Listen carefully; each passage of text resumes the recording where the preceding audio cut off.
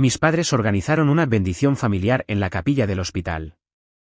Había 23 familiares para presionarme a donar mi riñón. Mi madre tomó el micrófono y dijo: «Nuestra hija finalmente está haciendo algo útil». Mi doctora entró sosteniendo los resultados de mi laboratorio. Mi padre se levantó demasiado rápido. La doctora lo miró y le preguntó: «¿Ya se lo dijiste?» Mi nombre es Mia Preston. Tengo 30 años. Soy una enfermera de cuidados críticos que trabaja turnos de 12 horas hasta que siento que mi columna vertebral se rompe. Elegí este trabajo porque quería ser útil. El martes pasado, justo después de entrar en la capilla del hospital, mi madre agarró el micrófono frente a 23 familiares y anunció con una sonrisa orgullosa: «Después de 30 años de ser completamente inútil para esta familia, mi hija Mia finalmente está haciendo algo útil. Ella va a dar su riñón para salvar a su hermano». La sala estalló en aplausos. Ella nunca me lo había preguntado. Simplemente lo había decidido por mí. Entonces la doctora entró sosteniendo un sobre de manila grueso. Mi padre se levantó tan rápido que su silla golpeó violentamente contra la pared detrás de él. Él ya sabía lo que había dentro. Y lo que la doctora dijo a continuación convirtió esa supuesta bendición familiar en el momento en que mi vida entera explotó. Antes de llevarlos de regreso para mostrarles exactamente cómo llegamos a esa capilla, por favor tómense un momento para dar me gusta y suscribirse. Cuéntenme en los comentarios desde dónde están mirando ahora mismo y qué hora es. Me encanta leer cada uno de ellos. Ahora, permítanme llevarlos atrás porque lo que sucedió en esa capilla no comenzó el martes. Comenzó el año en que mi hermano Liam fue admitido por primera vez en el hospital cuando yo tenía 10 años y él tenía 7 años, en una cocina que olía a café quemado y al jabón de lavanda que mi madre guardaba en el alféizar de la ventana sobre el fregadero. Recuerdo estar de pie junto al refrigerador en Birchfield Drive mientras mi madre se apoyaba contra la encimera y lloraba en un paño de cocina. Ella no estaba llorando por mí. Estaba llorando por el primer panel renal de Liam. Aquel que regresó con números que ella no entendía, pero que seguía repitiendo a mi padre como si fueran una oración. Ella había estado al teléfono toda la mañana, el hospital, la compañía de seguros, su hermana Donna, quien trajo una cazuela que nadie comió. Luego me miró. «Cariño, algunas personas nacen para cuidar a los demás», dijo. Su voz era cálida, la calidez que reservaba para los discursos. «Eso es un regalo, Mia. Dios te dio ese regalo». Yo quería preguntar qué regalo le había dado Dios a Liam. Quería preguntar qué quedaba para mí cuando terminara de dar. Pero sus ojos estaban mojados y su rímel se estaba corriendo. Yo tenía 10 años y el anzuelo en sus palabras se enganchó antes de que pudiera soltarme. «No puedo hacer esto sola», dijo ella. Se presionó el paño de cocina contra los ojos y lo mantuvo allí. «¿Tu padre?» «Bueno, ya conoces a tu padre». Yo sí conocía a mi padre. Craig Preston, de 56 años ahora, era un contador que hablaba en números y silencios. Le decía más a su archivador que a cualquier persona en la mesa de la cena. Pero él era quien me llevaba a cada chequeo anual sin falta. Nunca se perdió ni uno solo. Ni un año desde que yo era pequeña. Se sentaba en la sala de espera leyendo el mismo manual de contabilidad desgastado con el lomo blanco agrietado, pasando las páginas hasta que llamaban mi nombre. Pensé que eso era amor. Pensé que presentarse era suficiente. Esa noche lavé los platos que ella había dejado en el fregadero. La taza de entrenamiento de Liam, 2 tazones de cereal, una taza de café con un logotipo de la iglesia descolorido. Sequé cada uno y lo puse de nuevo exactamente donde pertenecía. Tenía 10 años y ya había decidido que si no podía ser la persona por la que se preocuparan, sería la persona con la que contaran. El patrón tomó forma durante los siguientes 16 años. Mi madre tenía un sistema, ella me rebajaba en público y mi padre me encontraba después y suavizaba los bordes lo suficiente como para evitar que me fuera. Acción de Gracias de 2012. Yo tenía 16 años. Christine, todavía la llamaba mamá entonces, se paró a la cabecera de la mesa del comedor y les dijo a la tía Donna, a la abuela Beverly y a otros 11 familiares que yo estaba pasando por una fase difícil. Difícil significaba que había pedido pasar la Navidad con la familia de un amigo en lugar de la nuestra. No como Liam, dijo ella. Tocó el hombro de Liam de la manera en que tocaba la tela costosa, posesivamente, con admiración. Liam lucha.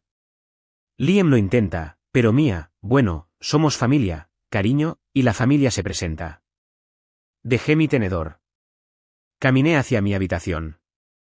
Me senté en la cama con los puños en mi regazo y miré los números rojos de mi reloj despertador. 14 minutos después, lo sé porque los conté todos, entró mi padre. Se sentó en el borde de mi colchón y miró la pared opuesta. Ella está frustrada, dijo. Su voz era plana, como siempre lo era. Sin inflexión, sin calidez, solo el sonido de información siendo entregada. Ella no lo dice en serio, Mia. Noté incluso a los 16 años que él nunca dijo que ella estaba equivocada. Esa palabra no estaba en su vocabulario cuando se trataba de Christine. Él tenía está frustrada. Tenía no lo dice en serio. Tenía tu madre tiene sus razones. No tenía equivocada. Solo dale tiempo, dijo. Ella cambiará de opinión. Asentí. Apretó mi hombro una vez. La misma presión cada vez, como un instrumento calibrado, y se fue. Le creí. Me quedé. Este era el ritmo de mi casa. Ella rompía. Él reparaba. Yo me quedaba. Cuando tenía 20 años, fui aceptada en un programa de enfermería en Londres, en el Hospital St. Thomas. Un intercambio de 2 años con financiación completa. Recuerdo sostener la carta en la cocina de Birchfield Drive. La misma cocina, la misma encimera donde mi madre había llorado por Liam una década antes. Por primera vez en años, sentí algo que no requería permiso de nadie más, esperanza. Mi padre me encontró esa noche. Se apoyó en el marco de la puerta, su lugar, siempre el marco de la puerta, nunca totalmente en la habitación, y cruzó los brazos. Tu madre no puede manejar las citas de Liam sola. Te necesito aquí, Mia. Eres la única a la que ella escucha. 8 palabras de Craig Preston eran un discurso. Llamé a Londres ese viernes y rechacé la plaza. Mi padre se quedó en el pasillo mientras yo hacía la llamada, con la espalda contra la pared, su rostro inexpresivo. Cuando colgué, dijo, hiciste lo correcto. Confundí su alivio con orgullo. Él había sido cuidadoso conmigo desde que yo tenía 7 años. Aquella prueba de sangre que ordenó cuando yo estaba en 2º grado, la que llamó un control de anemia. Me llevó al laboratorio en la calle Granger, el que estaba en el centro comercial junto a la tintorería. Me tomó la mano todo el tiempo mientras el flebotomista extraía 3 viales. Su agarre era fuerte. Pensé que estaba nervioso por mí. Pensé que el temblor de su mano significaba que le importaba. Me inscribí en la escuela estatal a 40 minutos de casa en su lugar. Hice mis prácticas clínicas en 3 hospitales diferentes y me especialicé en cuidados críticos porque era lo más difícil que me dejaban hacer. Porque en algún lugar en la médula de mi toma de decisiones estaba la creencia de que si algo no me costaba, no contaba. Me gradué segunda en mi clase. Mi madre no vino a la ceremonia. Dijo que Liam tenía una cita que no podía moverse. Mi padre vino. Se sentó en la tercera fila y aplaudió con ambas manos planas, de la manera en que aplaudirías al hijo de otra persona en una obra escolar, educadamente, por deber. Me mudé a un apartamento estudio en la calle Calewa, a 14 millas de Birchfield Drive. Lo suficientemente cerca para conducir a casa para las citas de los martes de Liam.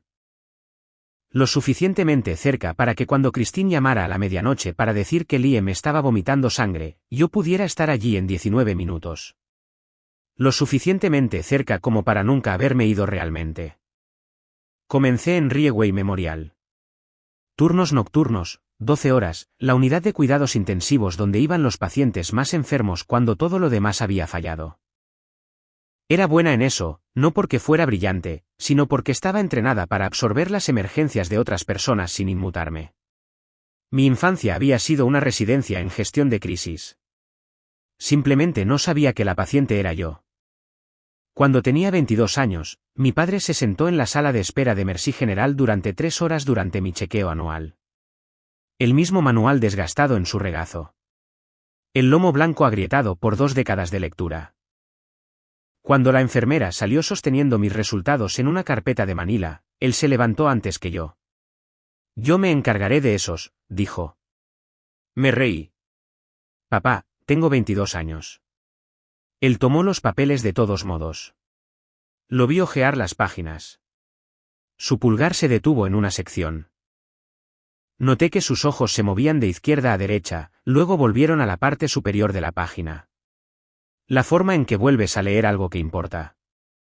El encabezado de esa página, al revés desde donde yo estaba, decía panel de función renal. Todo se ve bien, dijo. Cerró la carpeta y la puso en su maletín. No en el mío. En el suyo. Salí pensando, al menos a él le importa. Al menos uno de ellos se presenta. Me llevó a cada chequeo durante 22 años. Guardó cada resultado. Nunca me dejó sostener mi propio expediente. No pregunté por qué. Yo era útil. Y ser útil significaba no hacer preguntas. El martes pasado por la mañana, llevaba 4 horas de un turno en Rieway Memorial, un hospital diferente al de San Bartolomé, donde Liam había sido admitido, cuando mi teléfono vibró. Mamá, estamos teniendo una pequeña reunión para Liam en la capilla, dijo ella. Su voz tenía ese brillo que usaba para las recaudaciones de fondos de la iglesia y las subastas de beneficios de la Asociación de Padres y Maestros. Practicar la generosidad. Solo familia. ¿Qué tipo de reunión? Oh, ya sabes, oraciones, apoyo. Donna traerá sillas adicionales. 23 deberían ser suficientes. 23 sillas para solo familia. Colgué y llamé a mi tía. Oh, cariño, dijo Donna. Ella tiene esta forma de comenzar oraciones que no quiere terminar. Se desvanece en medio de rodeos y círculos. Bueno, quiero decir, tu mamá nos dijo que habías aceptado donar. Todos venimos solo para apoyarte. Yo no había aceptado. Mi madre lo había anunciado. Le dije a mi enfermera jefa que necesitaba la tarde libre, conduje las 31 millas hasta San Bartolomé y entré en la capilla sin tener idea de lo que estaba a punto de encontrar, solo con la creciente certeza de que estaba entrando en un guión en el que no me habían dado un papel. La capilla en San Bartolomé era más pequeña de lo que esperaba. 12 filas de sillas plegables sobre una alfombra beige, un atril portátil cerca del altar y una pancarta pegada en la pared trasera, bendice a esta familia, en letras doradas sobre cartulina blanca. Mi madre había traído fotos familiares y las había fijado en un tablero de corcho junto a la mesa del altar. Liam a los 8 años sosteniendo un trofeo de fútbol. La primera comunión de Liam en una camisa blanca 2 tallas demasiado grande. La boda de mis padres, 1995, 5 meses antes de que yo fuera concebida. Una foto grupal de la fiesta de cumpleaños número 70 de Beverly en la Logia Elks. Cada rostro en esas fotos tenía ojos oscuros, marrones tan profundos que eran casi negros. Mi madre, mi padre, Liam, Beverly, Donna, cada tío y primo de ambos lados. Los míos eran color avellana. Mamá siempre decía que los heredé de la abuela Jan. Su madre, quien murió de un derrame cerebral en marzo de 1994, 2 años antes de que yo naciera. Nadie vivo había conocido a la abuela Jan lo suficientemente bien como para confirmarlo o negarlo. Nunca cuestioné la historia.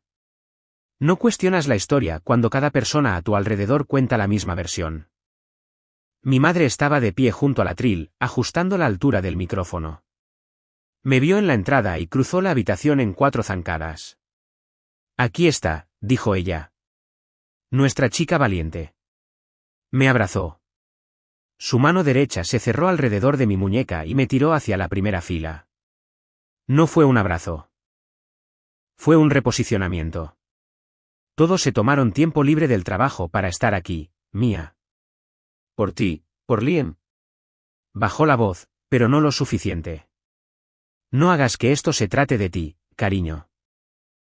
Me senté en la silla que señaló, primera fila al centro, directamente frente al micrófono como un acusado frente a un jurado. 23 personas se sentaron detrás de mí.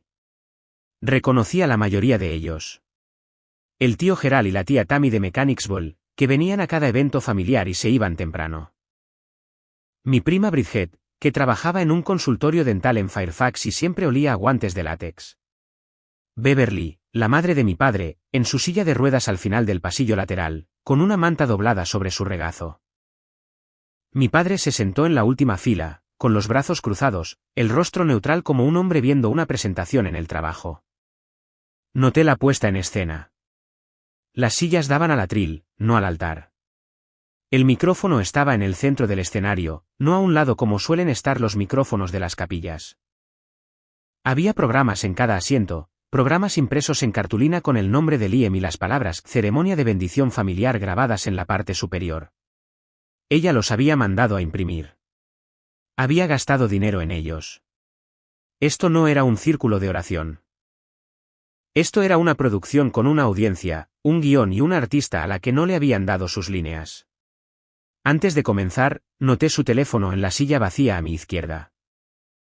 La pantalla estaba iluminada con una notificación de texto para Liam enviada a las 8:47 de esa mañana. Papá manejó las pruebas.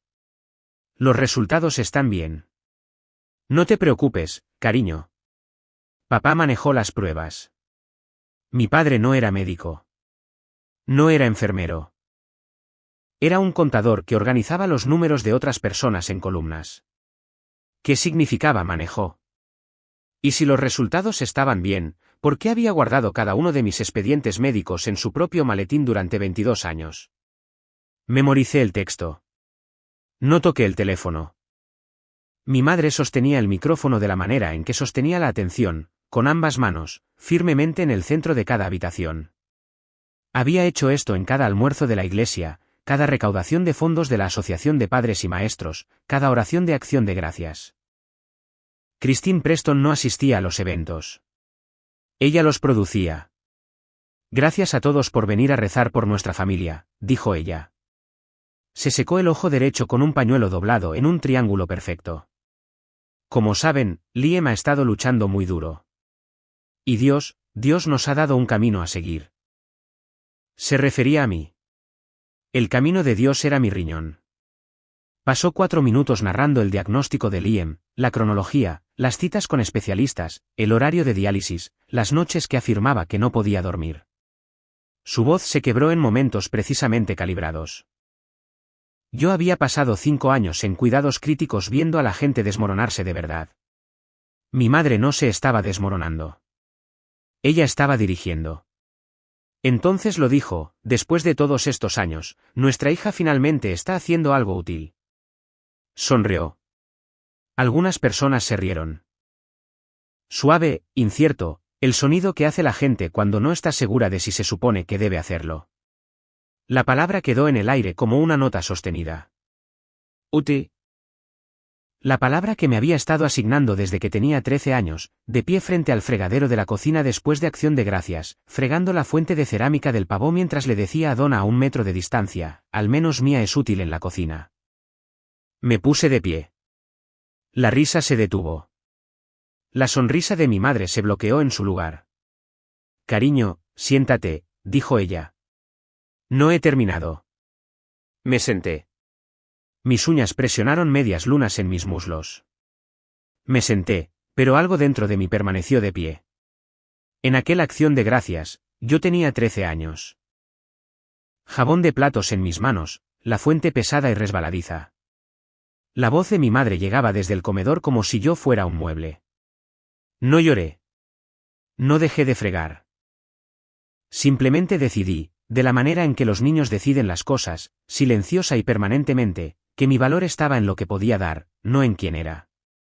Había estado lavando platos durante 17 años. Diferentes platos, misma cocina. Mi padre me tocó el hombro y me guió hacia el pasillo. El patrón, ella rompe, él repara. Ella no lo dice de esa manera, dijo él, apoyándose contra la pared fuera de la puerta de la capilla. Ella te ama a su manera. Esperé por el resto. Por un no tienes que hacer esto, por un hablaré con ella. No llegó. Lo que llegó fue, sé que esto es difícil. Estoy orgulloso de ti. Orgulloso, no protegida. Una enfermera de cuidados críticos conoce la diferencia entre el consentimiento informado y el cumplimiento silencioso. He visto a 100 pacientes asentir que sí porque estaban demasiado agotados para decir que no. Mi padre no me estaba dando una opción. Estaba cerrando una puerta y llamando a la ventana. Tu madre planeó esto durante una semana, dijo él. Si te vas ahora, no puedo protegerte de lo que ella dirá. Ahí estaba. No me estaba protegiendo de Christine. La estaba usando como el muro para mantenerme adentro. Miré su pecho. Un sobre de manila del color de los papeles de alta del hospital asomaba por el bolsillo interior de su chaleco gris. ¿Qué es eso?, pregunté. Lo empujó más profundo con 2 dedos. Oh, un recibo de estacionamiento. Lo dejé pasar. Caminamos de regreso adentro. Mientras me sentaba, mi abuela Beverly se estiró desde su silla de ruedas en el pasillo lateral y me tocó la muñeca. No habló. Me miró, luego lentamente a mi padre, luego de nuevo a mí. Sus dedos se apretaron durante 3 segundos. Sus ojos dijeron algo que su boca no dijo. La abuela Beverly siempre había estado observando. Siempre estaba observando. La doctora Stephanie Denae abrió la puerta lateral de la capilla y entró sosteniendo un sobre de manila. El mismo tono, el mismo peso. Ella era la nefróloga de Liam, de 45 años, directa, el tipo de doctora que hacía contacto visual cuando entregaba malas noticias. Siento interrumpir, dijo ella. Su voz se proyectó. Señor Preston, necesito hablar con usted sobre los resultados de las pruebas previas a la donación de Mia. Mi padre se levantó de un salto. La silla plegable de metal se volcó hacia atrás y crujió contra la baldosa como un disparo. Todas las cabezas se giraron. Su mano voló al bolsillo de su chaleco. Lo palmeó 1, 2 veces. Luego su rostro se puso blanco. No pálido, no sonrojado, blanco. El color que había visto en pacientes que entraban en paro cardíaco en la unidad de cuidados intensivos. Miré hacia abajo. Bajo su silla volcada en el suelo de baldosas yacía un sobre de manila. Debe haberse deslizado de su bolsillo cuando se levantó. El que él había llamado un recibo de estacionamiento. La voz de mi madre llegó desde el atril. ¿Qué resultados? Todo está bien, dijo Craig. Todo estaba bien. La doctora Renae no miró a Christine. Miró directamente a mi padre. Señor Preston, dijo ella. Ya se lo dijiste. La habitación se quedó quieta. Ya se lo dijiste. No debemos discutir esto en privado, ¿no le gustaría explicar? Conocimiento en tiempo pasado. Acusación en tiempo presente. Mi padre había recibido los resultados hace días. Los había retenido y había dejado que toda esta actuación continuara. Me agaché y recogí el sobre del suelo. Mis manos estaban firmes. Las mismas manos que colocaban vías centrales y ajustaban presiones de ventiladores a las 3 de la mañana. Abrí la solapa y desdoblé las páginas. Tipificación de compatibilidad cruzada de antígenos leucocitarios humanos. Sabía cómo leer estos. Había revisado cientos durante las evaluaciones de trasplantes. Resultado, incompatible. Eso sucedía en aproximadamente el 40,00% de los donantes familiares. No necesariamente significaba nada. Luego la siguiente línea, panel de relación genética, probabilidad de relación paterna biológica entre Craig Preston y Mia E. Preston, 0,00%. Lo leí de nuevo. ¿Cero? Soy enfermera. Leo resultados de laboratorio de la manera en que la mayoría de la gente lee mensajes de texto, rápido, con fluidez, sin confusión. 0,00% significaba que el hombre a 2 metros de mí no era mi padre biológico. El hombre que me había llevado a cada chequeo, que me había tomado la mano en cada extracción de sangre, que se había parado en cada puerta diciendo, quédate. Lo miré. Él estaba mirando al suelo. Miré a mi madre. Su boca estaba abierta, pero no salía ningún sonido. Lo leí en voz alta, plano, clínico, de la manera en que leería una historia clínica a un médico adjunto a las 4 de la mañana. Esto dice que no estoy relacionada biológicamente con esta familia. Sostuve el papel contra mi pierna. ¿Quién soy? Mi madre agarró el soporte del micrófono con ambas manos. Esto es un error, dijo ella. Los laboratorios cometen errores. Mia, Craig, diles que es un error. Díselo. Estaba mirando a mi padre. Él no estaba mirando a nada. Noté lo que ella no dijo. No dijo, por supuesto que ella es tu hija, Craig. No dijo, eso es imposible. Dijo, diles que es un error, como si el error estuviera en el hecho de contarlo. Mamá, dije yo. ¿De quién soy hija? Ella se volvió hacia mi padre y su compostura se agrietó como yeso. ¿Se lo dijiste? ¿No cómo pudo pasar esto? ¿Se lo dijiste? Ella ya lo sabía. Ella lo había sabido durante 30 años, y pensó que mi padre había sido quien lo reveló. La capilla estalló en susurros. El tío Gerald se inclinó hacia adelante con los codos en las rodillas. Tammy se puso la mano sobre la boca. Bridget estaba mirando su teléfono como si quisiera desaparecer en él. La habitación tenía la sensación de un tribunal después de un veredicto de culpabilidad. No silencio exactamente, sino una inhalación colectiva de aliento que nadie quería soltar. Donna se levantó lentamente en la cuarta fila. Christine, dijo ella, ¿qué estás diciendo? Mi padre habló. 5 palabras en su voz plana y nivelada, no se lo dije a nadie. La habitación entendió. Él no se lo dijo a nadie, lo que significaba que él lo había sabido. Ella lo había sabido. Y ninguno de los dos sabía que el otro había estado guardando el mismo secreto. Me volví hacia la puerta de la capilla. No corrí. En el umbral, miré hacia atrás una vez. Mi padre tenía a Christine por la parte superior del brazo y la dirigía hacia el pasillo lateral. Escuché su voz. La que había escuchado durante 30 años. La que nunca subía, nunca se afilaba, nunca ordenaba nada. Excepto que ahora sí lo hacía, contrólate ahora. Christine intentó soltarse. No me toques. ¿Quieres que escuchen esto? Plano, tranquilo. Una declaración de cierre. Ella dejó de hablar. Me paré en esa puerta y algo se reorganizó dentro de mi pecho. Mi padre no era el hombre débil y pasivo en el que había creído durante 3 décadas. No le tenía miedo a Christine. Él la manejaba. La dinámica que había observado toda mi vida, ella ataca, él calma, no era una disfunción, era una coreografía. Y él estaba liderando. Siempre había estado liderando. Cada vez que había dicho, tu madre tiene sus razones, en esa voz plana y sin afecto, no estaba explicando el comportamiento de ella. Estaba narrando una historia de la que él era el autor. Caminé hacia el pasillo, me apoyé contra la pared junto al dispensador de desinfectante para manos. Los resultados del laboratorio estaban en mi mano derecha. El sobre del recibo de estacionamiento, el real, el que se había caído de su chaleco, estaba en la otra. Cerré los ojos y dejé que las piezas se conectaran. El sobre que él había escondido, el texto en el teléfono de Christine, papá manejó las pruebas, lo que significaba que él había interceptado el proceso médico, se había posicionado entre el hospital y la verdad, había elegido qué compartir y qué enterrar.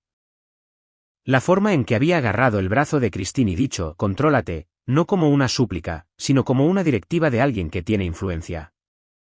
3 días de secreto no producían ese tipo de autoridad. Eso eran décadas. Eso era arquitectura. Si mi padre había estado ocultando los resultados del laboratorio desde el lunes, ¿qué más había estado ocultando? ¿Y hasta dónde llegaba el plano original? Saqué las llaves de mi auto de mi chaqueta. No iba a mi apartamento en la calle Calewa. Iba a 14 Birchfield Drive, la casa donde crecí. La casa con el archivador en la oficina de mi padre. ¿Alguna vez has sido el útil en tu familia? Aquel al que solo llaman cuando necesitan algo. Cuéntame. Quiero saber que no estoy sola. En el camino a Birchfield, me detuve en el sunoco de la ruta 9 y me senté en mi auto con el motor encendido. Llamé a Donna. Ella respondió al primer timbre. Su voz temblaba. Mía, yo. ¿Estás bien? ¿A dónde fuiste? Donna, tú lo sabías. No, te lo juro que no. Yo nunca pensé. ¿Alguna vez notaste algo? Una pausa, luego más bajo. Tu madre me dijo algo una vez hace años. Dijo que tu padre tuvo algún tipo de susto de salud sobre ti cuando eras pequeña. Dijo que él lo manejó. Pregunté qué era y ella dijo que no era de mi incumbencia. Otra pausa. Nunca volví a preguntar. Me senté con eso. Un susto de salud. Manejado. La misma palabra del mensaje de texto. Mi padre había estado manejando cosas sobre mí por más de 3 días, más de 3 años. Gracias, Donna, dije y colgué. La llave de repuesto estaba debajo de la tercera losa de piedra desde los escalones del porche, donde mi padre la había puesto en 2011 después de que perdí la llave de mi casa por segunda vez. La casa estaba a oscuras. Todos estaban todavía en el hospital. Su oficina estaba en la parte trasera del primer piso. Una habitación de 10 por 12 que olía a papel viejo y tóner. Un escritorio con una lámpara de banquero verde. Una silla de madera con un asiento de cuero agrietado. Una ventana frente al patio trasero. Persianas cerradas. Y contra la pared del fondo, un archivador de acero gris con 4 cajones, el tipo que verías en cualquier oficina de contador en cualquier suburbio de Estados Unidos. Había estado en esta habitación 1000 veces mientras crecía, haciendo la tarea en su escritorio, pidiendo prestados bolígrafos, buscando cinta adhesiva. Nunca había prestado atención al archivador. Era un mueble. Era el fondo. Ya no más. Abrí el primer cajón. Declaraciones de impuestos organizadas por año, con etiquetas de colores que se remontaban a 2004. Cada declaración presentada correctamente, cada recibo engrapado en orden. Este era quien era mi padre, un hombre que organizaba el caos en filas y columnas, que creía que si etiquetabas algo correctamente, lo controlabas. Segundo cajón, documentos de seguros, papeles de la hipoteca de 14 Birchfield Drive, títulos de propiedad de los autos para el Camby y el Accord, una renovación de la póliza de seguro de propietario de State Farm fechada el pasado enero. Tercer cajón etiquetado con la letra de imprenta pulcra de mi padre, médico familiar. Dentro había 2 carpetas de Manila. Una decía mía, otra decía Liam. La carpeta de Liam era gruesa, 3 pulgadas de informes de especialistas de la doctora Arenae. Notas de consulta de nefrología que se remontaban a 2019. Paneles de sangre con anomalías resaltadas. Cartas de preautorización de seguros. Una impresión de los criterios de la lista de espera de trasplantes de la Red Unida para el Intercambio de Órganos. Mi padre lo había organizado cronológicamente con pestañas para cada año. La mía era delgada, 12 páginas, resúmenes de chequeos anuales de Merci General, paneles de análisis de sangre, siempre las mismas pruebas, un registro de inmunización de una sola página de 2002, sellado por el Departamento de Salud del Condado de Fairfax. Sostuve las 2 carpetas una al lado de la otra. La de Liam tenía el peso de un libro de texto pequeño. La mía tenía el peso de un folleto. Yo había sido una partida individual en su sistema de archivos. Liam había sido una cartera de inversiones. El cuarto cajón estaba cerrado con llave. Una pequeña cerradura de latón, del tipo que comprarías en una ferretería. En 30 años de vivir en esta casa, nunca había visto a mi padre cerrar nada con llave.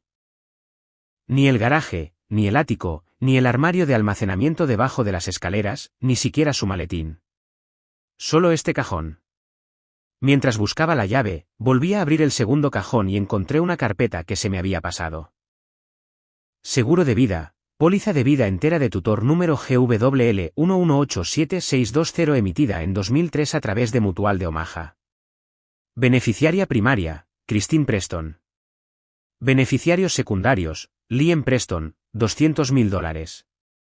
Mia Preston, $25.000. El mismo hogar, los mismos padres en papel, un hijo que vale 8 veces más que el otro. Incluso en papel, yo valía menos. Encontré la llave dentro del lomo de un libro en su mesita de noche, Contabilidad Intermedia, Queso y Veigan, 14ª edición. El mismo libro que él había llevado a cada habitación durante 20 años.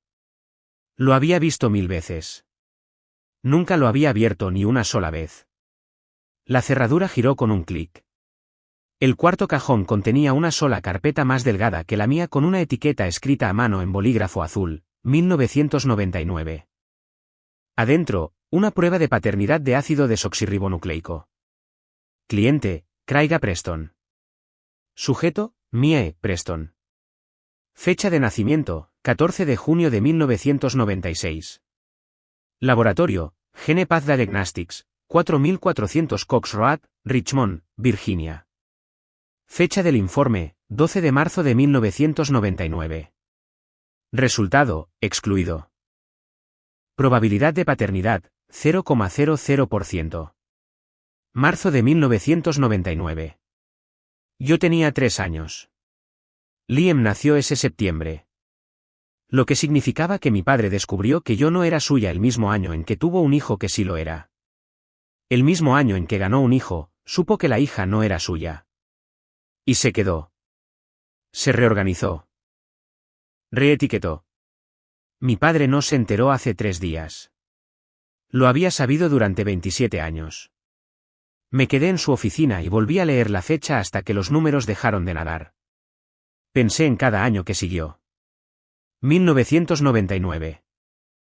27 años de chequeos anuales donde él se sentaba en salas de espera con un libro que ya había memorizado, rastreando mi salud de la manera en que rastreaba las deducciones de impuestos, metódicamente, anualmente, sin apego. 27 años bloqueando oportunidades que me alejarían de su alcance. Londres a los 20, Denver a los 26. Cada rampa de salida cerrada con una excusa práctica específica. 27 años de entrar en mi habitación después de que Christine me destrozara y decir, ella no lo dice en serio, administrando exactamente el consuelo suficiente para evitar que hiciera las maletas. Nunca la verdad suficiente para dejarme entender por qué debería hacerlo. 27 años de estar de pie en las puertas diciendo, estoy orgulloso de ti. No porque estuviera orgulloso, sino porque el orgullo era la moneda más barata que podía gastar para mantenerme en el edificio, disponible, de guardia, archivada. Él no era débil. Nunca fue pasivo. Él fue el arquitecto de una estructura de 30 años, y yo era el muro de carga al que nunca le habló sobre las termitas. En el estante sobre su escritorio, junto a una fila de manuales de códigos tributarios, vi el frasco de recuerdos que me había dado para mi cumpleaños número 18. Un frasco de vidrio lleno de piedras de río y tiras de papel dobladas. Cada una era un recuerdo familiar que él había escrito a mano. Lloré cuando me lo dio. Lo había mantenido en mi mesita de noche durante 2 años. Pero el frasco no estaba en mi apartamento. Estaba aquí en su oficina, en su estante. O lo había recuperado o nunca lo había entregado verdaderamente. Fotografié la prueba de 1999. Ambas páginas, frente y dorso. Fotografié la etiqueta escrita a mano. Puse la carpeta de nuevo, cerré el cajón, deslicé la llave en el lomo del libro. Puse todo exactamente donde él lo dejó. Tal como él me había puesto a mí de nuevo cada vez que intentaba irme. Me senté en mi auto en el estacionamiento de San Bartolomé a las 5:40 de la mañana siguiente y abrí las fotografías en mi teléfono. La prueba de 1999. Hice zoom al final de la última página.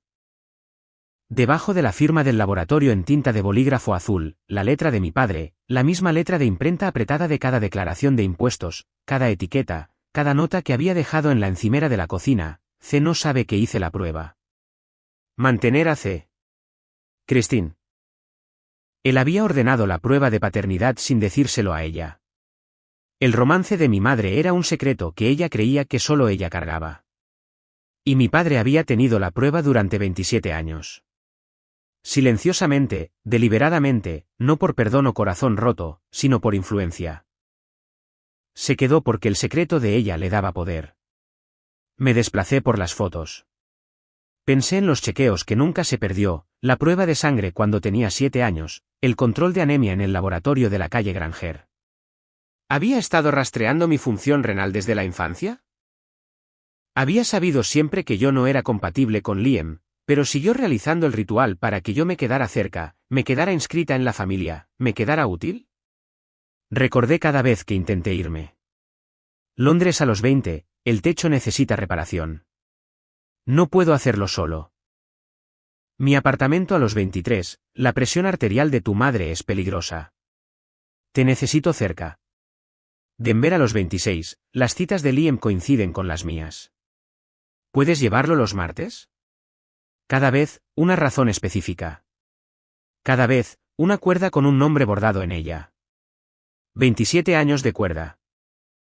La pregunta que importaba no era quién era mi padre biológico. Eso podía esperar. La pregunta era, ¿quién diseñó mi vida? Me senté durante 5 minutos más. Luego salí del auto. Mi padre estaba en el área de espera del tercer piso. 6 de la mañana. Estaba sentado en una silla de plástico con una taza de café de papel que se había enfriado. Podía ver la película en la superficie. Llevaba la camisa de ayer. Se veía más pequeño de lo que lo había visto nunca. Yo me puse de pie. Él se sentó. Por primera vez en 30 años, lo estaba mirando hacia abajo. Fui a casa anoche, dije. Tu archivador tiene 4 cajones. 3 abiertos, 1 cerrado. Él no se movió. Ni sus manos, ni sus ojos. Marzo de 1999, dije. Yo tenía 3 años. 8 segundos de silencio. Los conté. Luego habló. 2 palabras en la voz en la que había confiado toda mi vida. La voz plana. La que no tenía bordes, me quedé. Te quedaste para usarme. Él se puso de pie. Era alto de nuevo. Me miró de la manera en que miraba las columnas que no cuadraban, con irritación, no con tristeza. Mantuve a esta familia unida. Me mantuviste en un cajón. Sostuve mi teléfono. La fotografía de la prueba de paternidad de 1999. Fecha y resultado claramente visibles. Miró la pantalla. Vi llegar la comprensión. ¿Qué vas a hacer?, preguntó. Lo que deberías haber hecho hace 27 años, dije. Decir la verdad. Pasé junto a él hacia el hospital. De camino al ascensor, pasé por la estación de enfermería del tercer piso. El hábito me hizo mirar las historias clínicas. Yo era enfermera, y las estaciones de enfermería eran donde me orientaba en cualquier hospital. La historia clínica de Liam estaba en la encimera, abierta en el formulario de ingreso de antecedentes familiares. Craig lo había llenado 2 semanas antes de que comenzara el estudio previo a la donación. Me detuve. Bajo hermanos, en la letra de imprenta de mi padre, Mia Preston, hermana. Sin condiciones médicas conocidas. ¿Hermana? Había escrito hermana en un formulario médico hace 14 días. Había sabido durante 27 años que yo no era hermana biológica de Liam. Sabía que la donación nunca sería aprobada una vez que regresara el panel genético. Y aún así escribió hermana y firmó con su nombre al final de la página. Me había usado en el papel de la misma manera que me había usado en persona, archivada bajo familia, categorizada como disponible, enviada al sistema como algo que nunca fui. Seguí caminando. Encontré a Donna en el área de espera del segundo piso. Estaba sentada sola en una fila de sillas de plástico azul, sosteniendo una botella de agua que no había abierto y un paquete de pañuelos que ya había terminado. Su rímel se había corrido hacia sus sienes. Parecía haber envejecido 5 años en 12 horas. Se levantó cuando me vio. Mía, dijo ella. Se detuvo, comenzó de nuevo. Cariño, quiero decir, lo siento mucho. No tenía idea de que tu madre. Quiero decir. Simplemente nunca lo habría hecho si lo hubiera sabido. Estaba haciendo lo que siempre hacía, rodeos, evasivas, comenzando 3 oraciones por cada una que terminaba. Te sentaste en esa capilla, dije. Viste cómo ella se paraba frente a ese micrófono y me llamaba inútil frente a 23 personas. Viste mi rostro y nunca me preguntaste si estaba bien. No era mi lugar, Mía, ella es mi hermana. No pensé que fuera. No era lugar de nadie preguntar. Así es como funcionaba, ¿no? Lugar de nadie, asunto de nadie, problema de nadie. 30 años de que nadie preguntara y todos supieran, porque tú sí lo sabías. Donna. Me lo dijiste por teléfono anoche. Mamá mencionó un susto de salud sobre mí y nunca hiciste un seguimiento. Elegiste no saber. Eso no es inocencia. Eso es participación. Donna se sentó lentamente. El pañuelo deshecho en su regazo parecía nieve. Estaba llorando de nuevo. Lágrimas silenciosas y constantes, del tipo que no piden consuelo. Me paré sobre ella y sentí algo que no esperaba. No ira, no satisfacción, sino tristeza. Porque Donna no era malvada. Ella era simplemente la persona que había aceptado mirar hacia otro lado.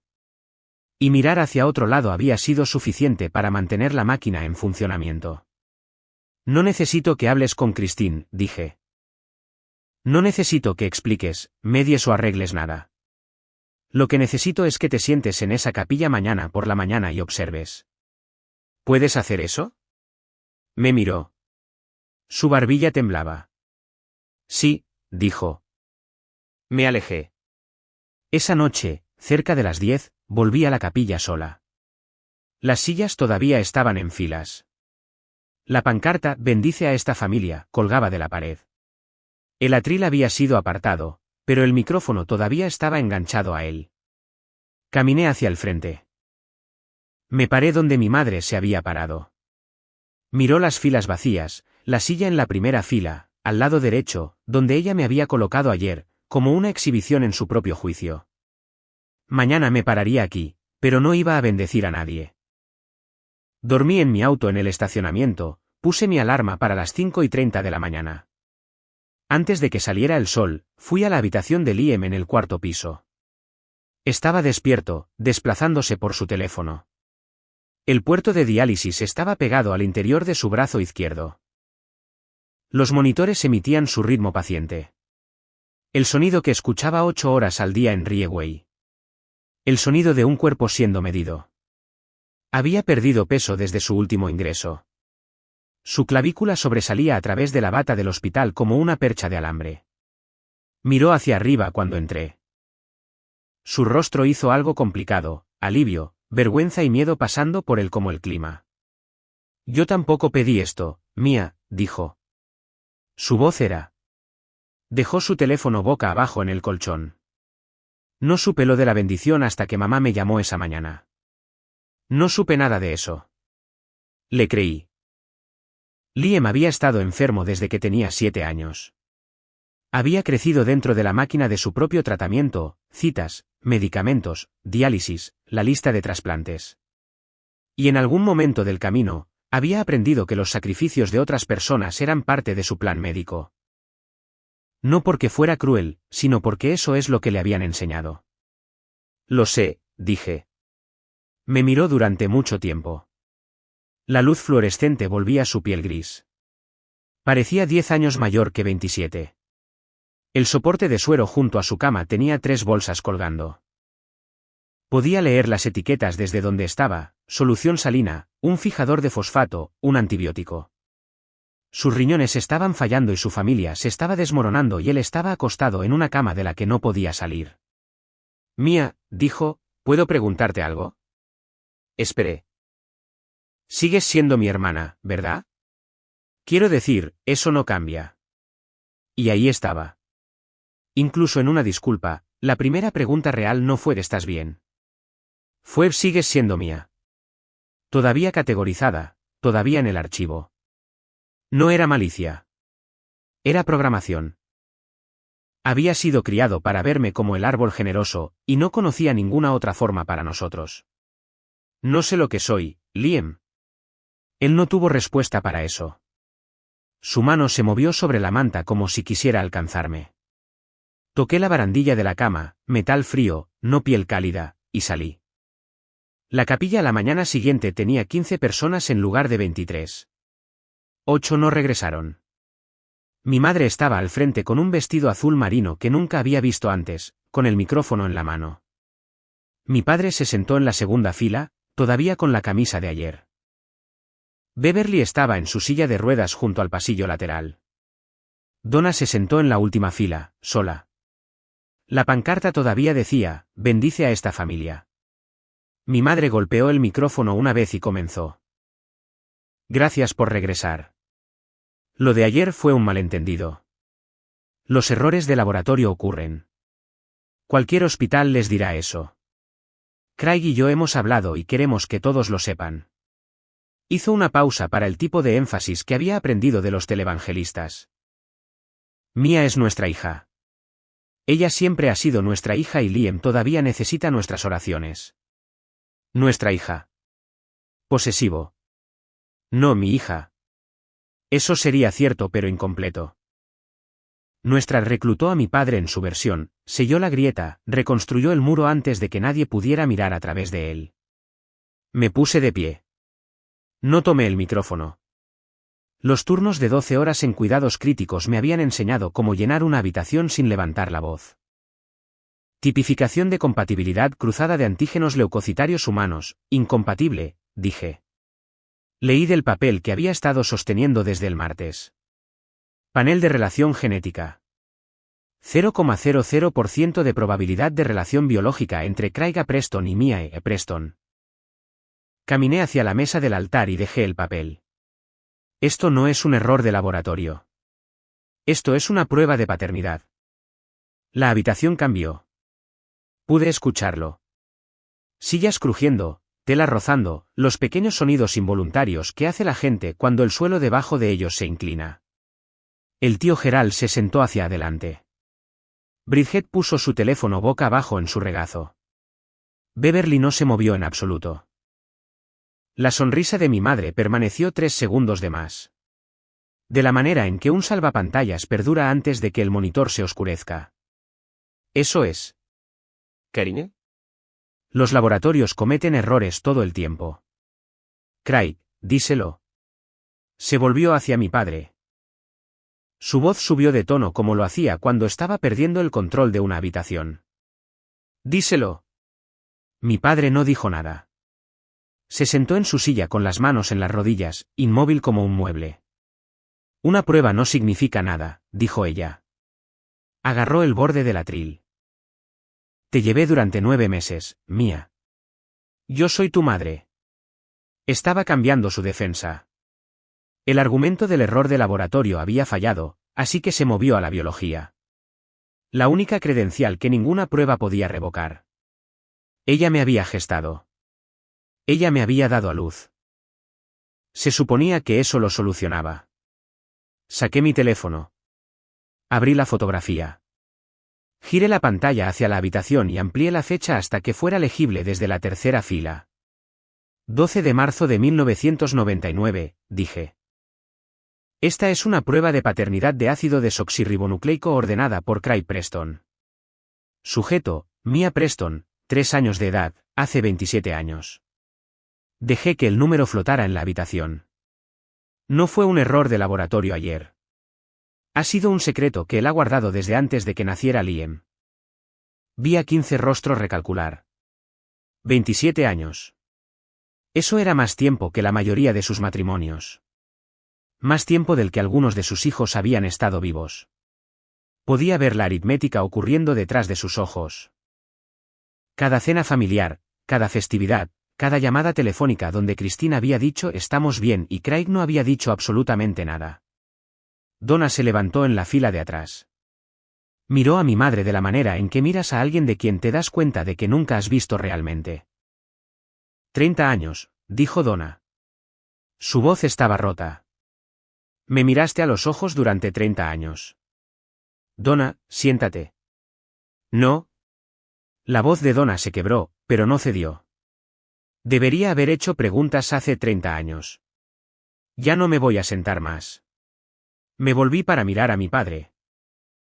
La habitación estaba en silencio de la manera en que los hospitales están en silencio a las 3 de la mañana. No en paz, sino contenida. Te enteraste de que yo no era tuya cuando yo tenía 3 años, dije. Te quedaste, no porque me amaras, sino porque el secreto de mamá te daba control sobre ella. Levanté una mano y conté con los dedos. Yo era el plan de respaldo, chequeos anuales para rastrear mis riñones, bloqueando mis estudios en el extranjero para que me quedara cerca, consolándome cada vez que ella me destrozaba solo lo suficiente para que me quedara agradecida, me quedara disponible. Mi voz se rompió por primera vez. Lo permití. No aparté la mirada de él. Me guardaste de la misma manera que guardas archivos, organizados, bajo llave, accesibles cuando se necesitan. Mi padre se puso de pie. Salió al pasillo. Por primera vez en mi vida, su voz plana se quebró. No como tristeza, sino como algo presurizado que finalmente estalla. Me quedé, dijo él. Su dedo me señalaba. Su mano temblaba. Yo te crié. Te llevé a cada una de las citas. Te tomé la mano cuando tenías miedo. Yo hice eso. Su rostro estaba rojo. Su mandíbula estaba tan apretada que podía ver los músculos saltando bajo su piel. No puedes borrar 27 años por un pedazo de papel. La habitación estaba mirando a un hombre que habían conocido como alguien tranquilo, mesurado, invisible, gritando. La transformación fue casi más impactante que el secreto mismo. Craig Preston no levantaba la voz. Craig Preston no señalaba con el dedo. Craig Preston se sentaba en las filas de atrás y asentía. Excepto que ahora estaba de pie en el pasillo central con el brazo extendido, temblando, y cada persona en esa habitación podía ver que su defensa, me quedé, no era amor. Era gestión de inventario. Lo miré. Hice que mi voz fuera tranquila. La hice nivelada. Usé su voz, la plana, la que no tenía calidez ni bordes, la voz en la que había pasado 30 años confiando porque pensaba que significaba seguridad. Me tomaste la mano en esa prueba de sangre cuando tenía 7 años, dije. Pensé que estabas nervioso por mí. Hice una pausa. Estabas comprobando si yo todavía era útil. Nadie se movió. Nadie respiró. Entonces, desde el pasillo lateral, Beverly habló. Su voz era clara. Sin temblor, sin vacilación. Las únicas palabras que escucharía de ella ese día. Tal vez las últimas palabras que escucharía de ella. Él me lo dijo una vez cuando eras pequeña. Estaba mirando directamente hacia adelante. Le dije que hiciera lo correcto. Dijo que lo haría. Giró la cabeza y miró a mi padre. No lo hiciste. La habitación lo absorbió. Beverly Preston, de 78 años, en silla de ruedas, la mujer que se había sentado en silencio durante cada cena familiar, festividad y visita al hospital durante tanto tiempo como cualquiera pudiera recordar. Acababa de dictar un veredicto que ninguna prueba de laboratorio o cajón con llave podía anular. Ella lo había sabido. Ella le había dicho que hiciera lo correcto. Él lo había prometido. Y durante 27 años, la promesa permaneció en el mismo silencio que todo lo demás en esta familia, enterrada, mantenida, ignorada. Christine se hundió en su silla. No dramáticamente. No se desplomó ni gritó. Simplemente se sentó. De la manera en que un edificio se asienta cuando la base se agrieta. Mi padre también se sentó. Sus manos fueron a sus rodillas. Su rostro era inexpresivo de nuevo. La expresión plana restaurada. Pero esta vez, no parecía control. Parecía un hombre que se había quedado sin columnas donde poner los números. Yo era la única que estaba de pie. 15 personas sentadas en sillas plegables en una capilla de hospital debajo de una pancarta con letras doradas que decía «Bendice a esta familia». Y ni una sola se movió. Ni una sola habló. La bendición había terminado. Había terminado hace 27 años. Simplemente tomó todo este tiempo para que alguien lo dijera en voz alta. La voz de mi madre me siguió hasta la puerta. Mía, por favor. Podemos hablar de esto. Seguimos siendo familia. Mía, cariño. No me volví. Caminé a través de la puerta de la capilla y se cerró detrás de mí. Su voz se desvaneció como suena un televisor desde otra habitación. Presente, pero ya no relevante. Caminé por el pasillo, pasé la estación de enfermería, pasé los ascensores, pasé el vestíbulo con sus helechos en macetas y acuarelas enmarcadas de veleros. Empujé la entrada principal y me paré en los escalones de concreto en el aire de la mañana. Era marzo. Hacía frío. No tenía abrigo. No me estaba alejando de mi familia. Estaba caminando hacia mí misma. Y por primera vez en 30 años, la dirección en la que me dirigía era mía. 3 semanas después, me trasladé a la unidad de cuidados críticos en Rieway Memorial. Nuevo horario, 3 turnos de 12 horas a la semana, de martes a jueves. Nueva tarjeta de identificación con una foto donde me veía cansada pero con la mirada clara. Encontré un apartamento de una habitación en la calle Calewa, a 14 millas de Birchfield Drive, en el segundo piso de un edificio con paredes delgadas y una lavandería que olía a suavizante de telas. Firmé el contrato de arrendamiento un lunes por la tarde. El propietario pidió un contacto de emergencia. Escribí mi propio nombre. El miércoles, me senté en la sala de descanso de Rieway comiendo un sándwich de pavo y bloqueé a Christine Preston y Craig Preston de mi teléfono. Tomó 2 segundos cada uno. 2 toques, 2 confirmaciones, y 30 años de llamadas que comenzaban con "te necesitamos" y terminaban con las llaves de mi auto en mi mano, se silenciaron. Donna envió flores a mi apartamento la semana siguiente. Rosas blancas, sin tarjeta excepto "pensando en ti". Las puse en la encimera de la cocina. No le devolví la llamada. No estaba lista para decidir qué era Donna para mí todavía. Ella se había levantado en la capilla.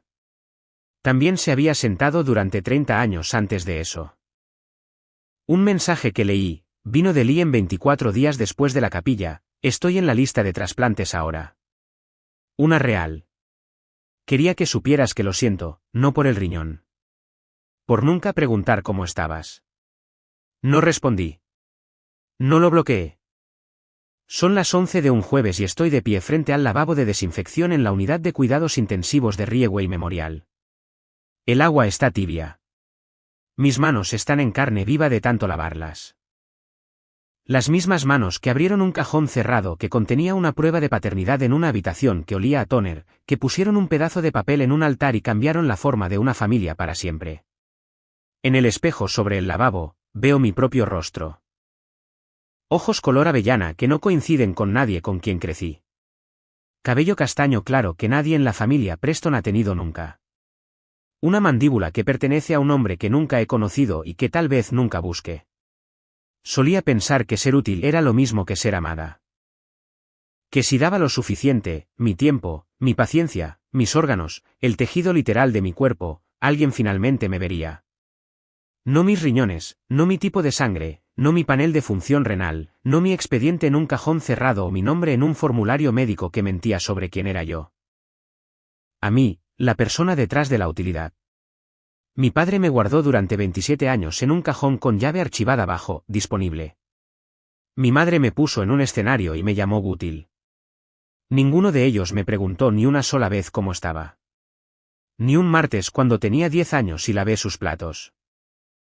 Ni un viernes cuando tenía 20 años y renuncié a Londres. Ni en una capilla donde 23 personas aplaudieron la donación de una parte del cuerpo que nunca había ofrecido. Si alguna vez has sido el útil que finalmente dejó de dar, te veo. ¿Qué límite estableciste que lo cambió todo? Compártelo abajo. Así que me pregunto ahora y la respuesta es, todavía estoy aquí y me quedo con cada parte de mí. No eres una pieza de repuesto para las personas que se suponía que debían amarte.